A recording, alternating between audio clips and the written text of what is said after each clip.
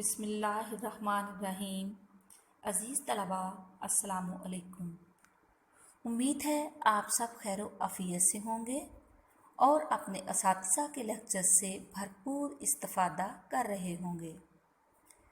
آج ہم سبق نمبر 7 مجھے میرے دوستوں سے بچاؤ کا خلاصہ پڑھیں گے۔ تو آئیے اپنے سبق کا آغاز کرتے ہیں۔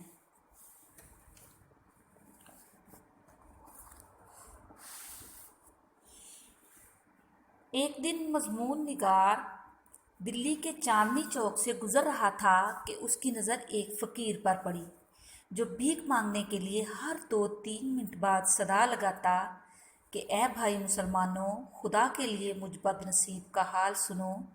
بھائی مسلمانوں، میں غریب الوطن ہوں، میرا کوئی دوست نہیں، میرا کوئی دوست نہیں۔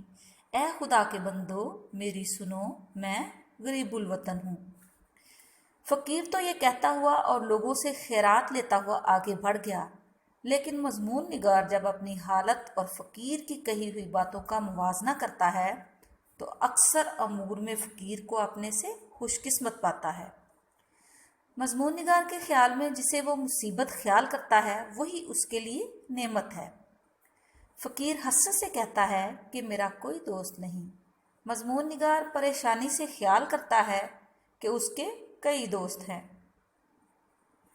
مضمون نگار یہی باتیں سوچتا ہوا اپنے مکان پر پہنچتا ہے اور خیال کرتا ہے کہ اگر دنیا میں کچھ کام کرنا ہے تو بعض نہایت عزیز دوستوں کو چھوڑنا پڑے گا۔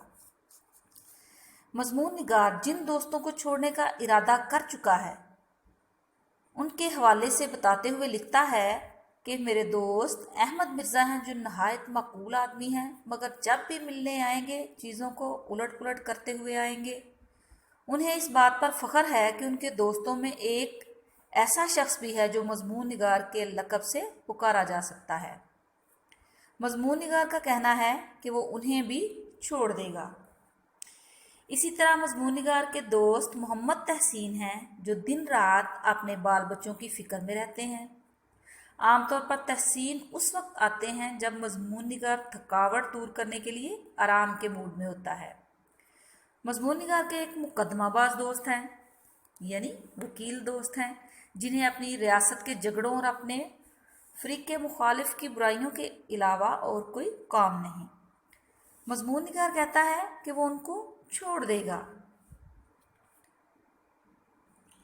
مضمون نگار اپنے دوست شاکر خان صاحب کا ذکر خصوصیت سے کرتے ہوئے بتاتا ہے کہ وہ موضع سلیم پور کے رئیس اور ضلع بھر میں نہایت معزز آدمی ہیں۔ شاکر خان صاحب کو لٹریچر کا کافی شوق ہے اور وہ مضمون نگار پر خاص عنایت فرماتے ہیں۔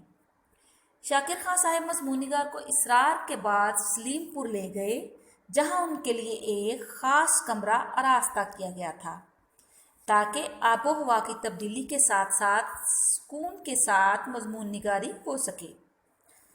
مضمون نگار سلیم پور پہنچنے کے بعد اپنے لیے مخصوص کردہ کمرے میں آتا ہے تو اسے اپنے لیے قابل استعمال کوئی چیز نہیں ملتی۔ اسے اپنا پرانا استعمالی بیگ ہی کھولنا پڑتا ہے اور اس میں سے قلم دوات نکال کر لکھنا شروع کر دیتا ہے۔ مضمون نگار پرندوں کے شور اور شاکر خان صاحب کے چھوٹے بھائی کی موسیقی کے شور کی وجہ سے ابھی کچھ لکھ بھی نہیں پاتا کہ اتنے میں شاکر خان صاحب کا ملازم آ کر کہتا ہے کہ سرکار نے آپ کو اپنے دوست سے ملانے کے لیے بلایا ہے۔ مضمون نگار مجبوراً جاتا ہے جہاں اسے شاکر خان صاحب کے دوست راجہ طالب علی سے ملوایا جاتا ہے۔ ملاقات کے بعد مضمون نگار کمرے میں آ کر اپنے خیالات کو جمع کرنے کی کوشش کر رہا ہوتا ہے کہ دروازے پر دوبارہ دستک ہوتی ہے۔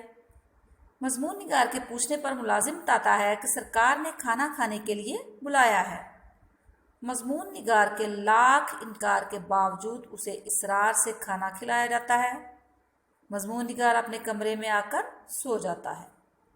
شام کو سیر سے واپس آ کر مضمون نگار اپنے لکھے ہوئے مضمون کا جائزہ لیتا ہے تو پتہ چلتا ہے کہ ایک صفحے سے زیادہ نہیں لکھا گیا اور اس میں بھی بے ربط جملوں کی بھرمار ہوتی ہے۔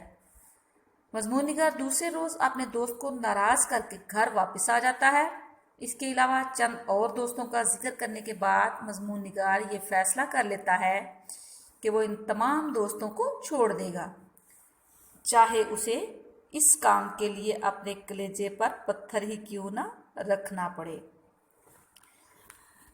عزیز طلباء، اسی کے ساتھ ہمارا آج کا سبق اختتام پذیر ہوتا ہے۔ اجازت دیجیے، اللہ حافظ۔